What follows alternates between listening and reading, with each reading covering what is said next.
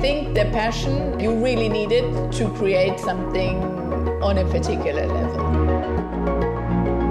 You need to give everything from yourself in there, and that's the difference, I think.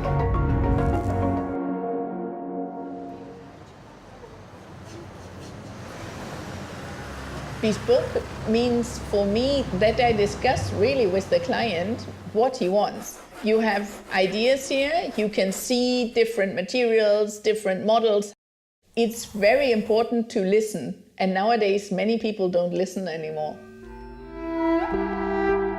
The last is really the copy of your foot on which we create the shoe. But nobody shows you how to make a last, really, so you have to train it by yourself and to get the feeling by yourself how you should do it. You have certain measurements from the foot, but the feeling of the client is always different. I love using the leather because you get this particular different touches. What I appreciate so much from this tannery is they use a Swiss calf. Maybe it's because it's cold and these animals live on a very high level in the mountains. It's always a cow, but cows are also different.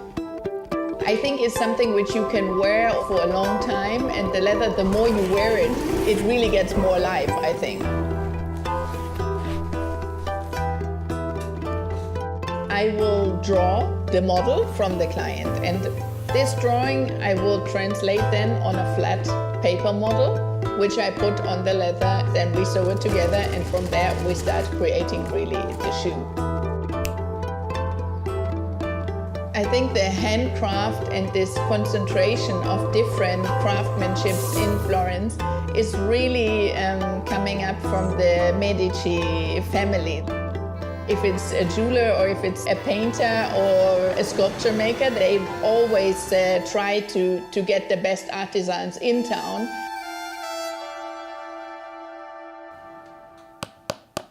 The upper will be nailed and pulled over the last. I will start sewing with linen thread, which is made kind of waterproofed with wax. When you stitch, you have two threads which go into the same hole, and as you pull, the wax goes hot. It will seal together, so the water cannot go through. And this is a very particular and very old process. It's very rare to be a woman in this shoemaking world. When I started, everybody looked at me and said, this lady is gonna close down in a year. A woman in a man's job, it's not gonna work. And now they're all proud in this area that I'm still here. We fill in the wooden shank and the back support, because that is the part under the curve of your foot which will not be bent. So it has to be supportive and stiff. The front part we will fill with cork. This is to give you a bit a cushion effect. As you bend it the whole time, it's important to have it soft. We apply the sole, we will glue it on, and afterwards make a channel.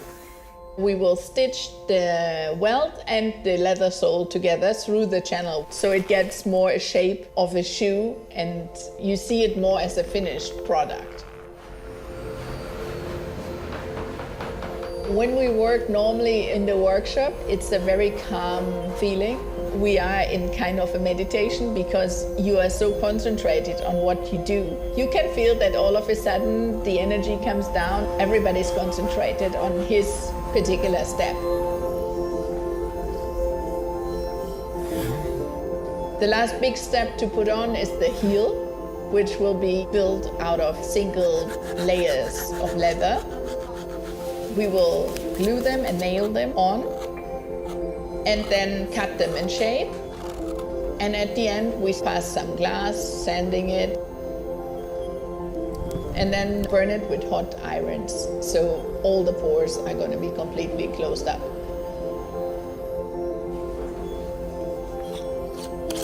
The last step is to shine the whole shoe. And then we can pull out the last, and then the client can wear it.